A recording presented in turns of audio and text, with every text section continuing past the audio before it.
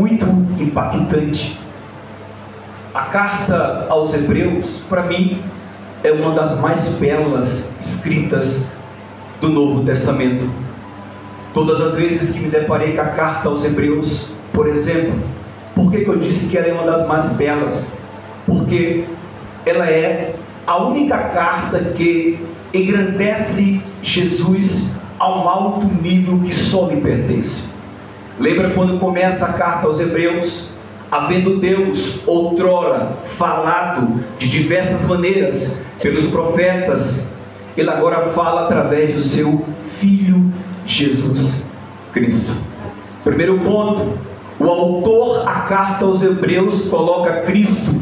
Ele é maior do que os profetas, Ele é maior do que os anjos. Louvado seja Deus. É por isso que eu amo esta carta, porque esta carta ela tem como fundamento e objetivo engrandecer aquele que vive, aquele que reina e aquele que em breve voltará para buscar essa igreja linda.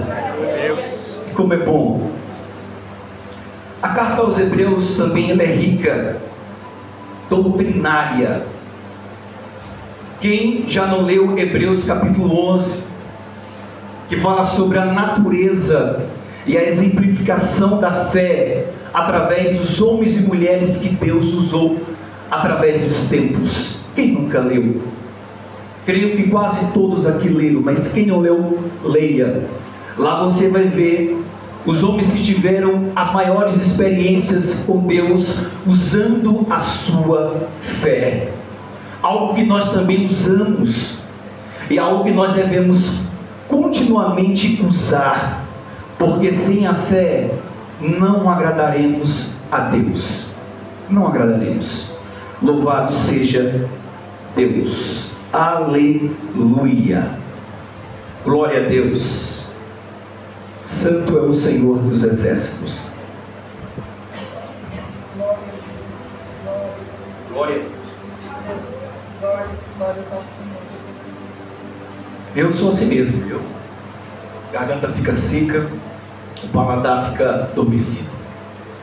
Porque para mim é um desafio, todas as vezes que tenho oportunidade de falar em público. Mas estamos debaixo do sangue do Cordeiro. Estamos debaixo da graça do Senhor Jesus Cristo. Como eu estava falando sobre a carta aos Hebreus, essa carta ela é muito magnífica e tremenda. Mas vamos adentrar para o tema nesta noite. Hebreus capítulo 12, versículo 14. Segue a paz com todos e a santificação, sem a qual ninguém verá o Senhor.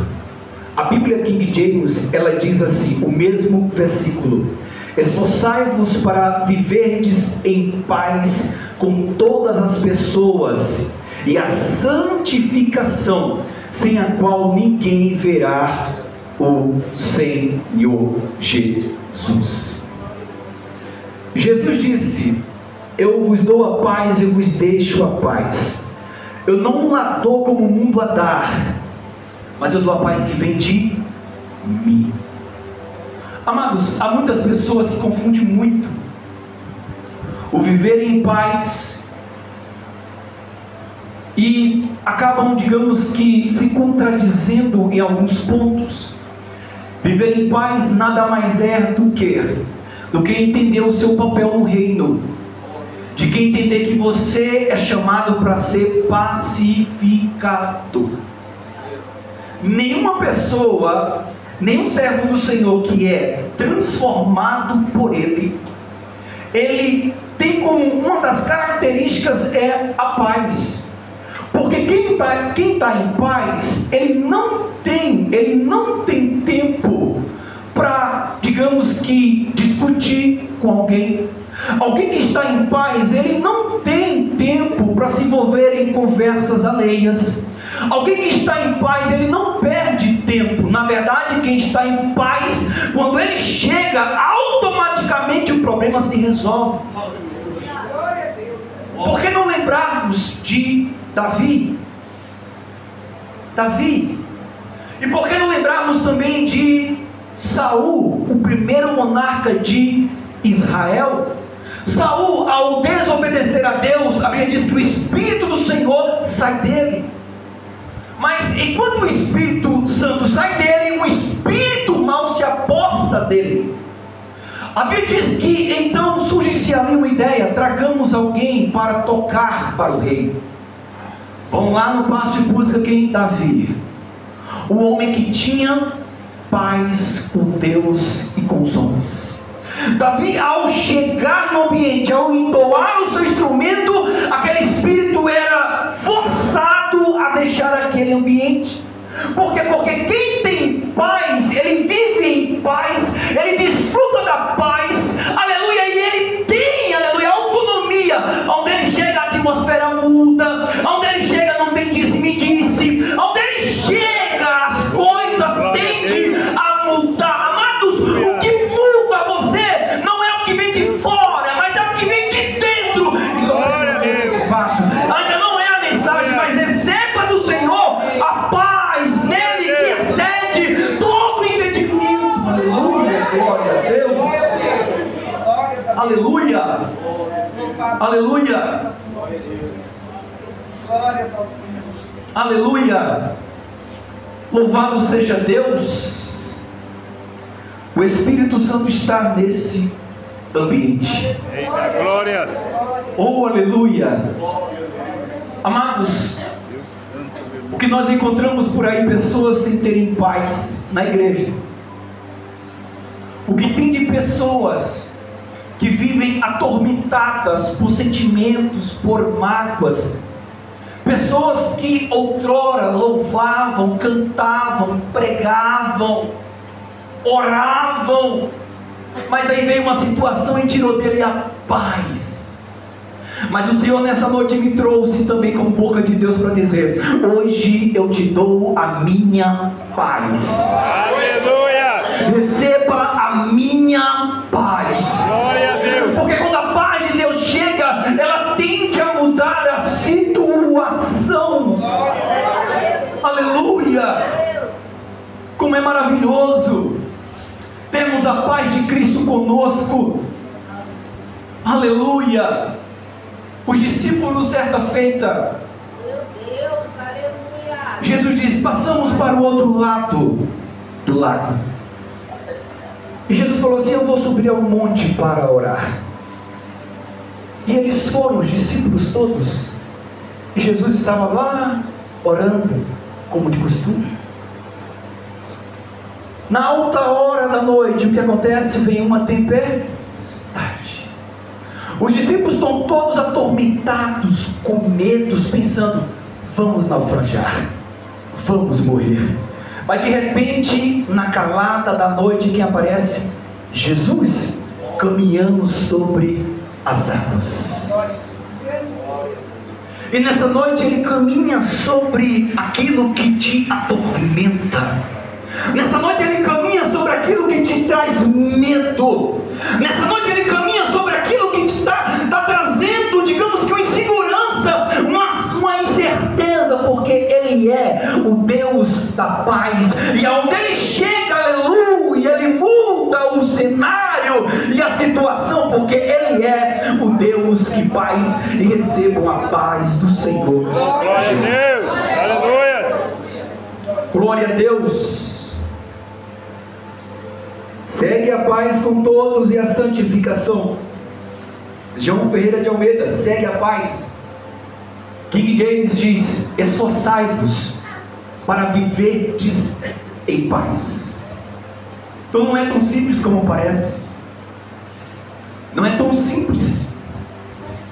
Não é tão simples como parece viver em paz com as pessoas. Porque é luz e trevas, muitas vezes. Mas o que o texto está dizendo assim: olha, o que depender de você, o que depender das suas forças, o que depender do que você puder fazer, viva em paz. Ande em paz. Pregue a paz. Exale a paz de Cristo. Mas se esforce. Não se limita ao seu cenário, não. Esforça-te. E tem bom ânimo. Não é tão simples. Aleluia! Mas se nós permanecermos fiéis a Jesus Cristo, A paz que está em Jesus Cristo vai ser transmitida aos nossos corações. Aí, acabou a depressão, acabou o estresse, acabou a ansiedade, acabou, porque não vai ter força, porque onde a paz ela entra, aleluia, o diabo, que o Senhor repreenda, ele tem que sair.